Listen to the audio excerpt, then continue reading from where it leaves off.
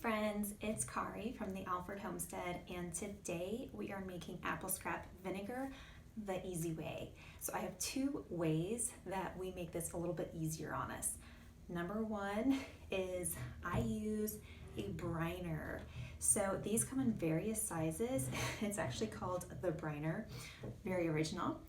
And I have various sizes of these for fermentation, brining, for marinating. These things are awesome. The video is not sponsored, by the way. I just love them that much. So if you don't have a fermentation kit that has like a fermentation weight to keep your food submerged underwater, this is the next best option. So it's a big, I've got my biggest briner here, but it comes with a plate that screws in, and that's what you push it down, you push the food down and you screw this in, and it keeps the food submerged for you. So it's actually cheaper to get one of these than to do all of the fermentation weights, because those are normally made with glass or stone, and that can be kind of pricey. So I will link all of the products that I talk about in this video down below for you guys so you can check it out. I have used this thing so many times, it has paid for itself. This thing comes in handy with meats, with vinegars. You could use it for sauerkraut or kimchi, anything that you want to ferment. This is my go-to for the big stuff. So today we're doing apple scrap vinegar, and I've got two big frozen bags of apple cores.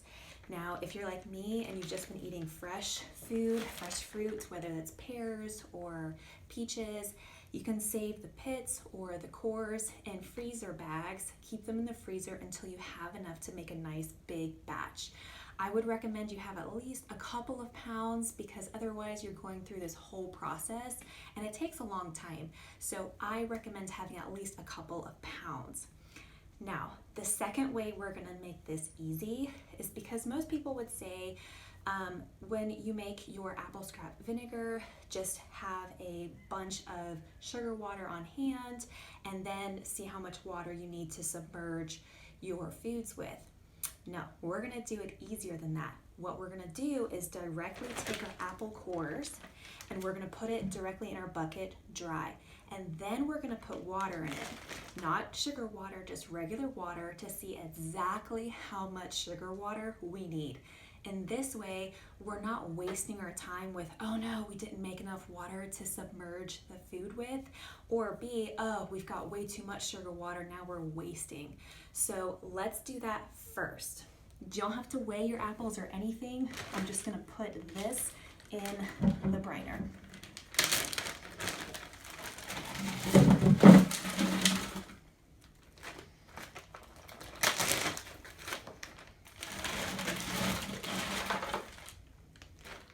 And I'll show you guys what it looks like when I've got everything submerged in here. But for now, I've just got some water on the side. I've got 2 gallons here of just plain water. And use unchlorinated. If you don't have unchlorinated, just get a couple of gallons of water and let it sit out for a day or two.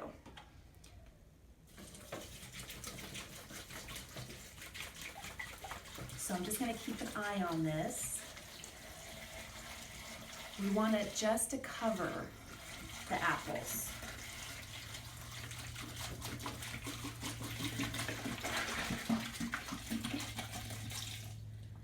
Okay, so that was 1 gallon. And that actually might be enough. Let me see with the plate inside. Yep, 1 gallon is enough. So I'll show you guys in just a second what we're gonna do next. Okay, so 1 gallon is 16 cups, and we wanna factor in about 1 tablespoon of sugar per cup of water.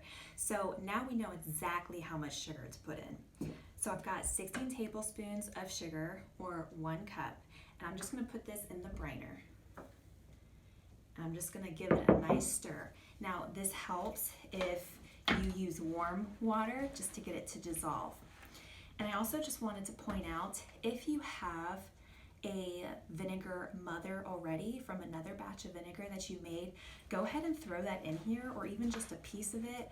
Or you could even get some raw apple cider vinegar from your store and use a couple of tablespoons to get your mother started, just to kind of like give it a nice boost to get it going.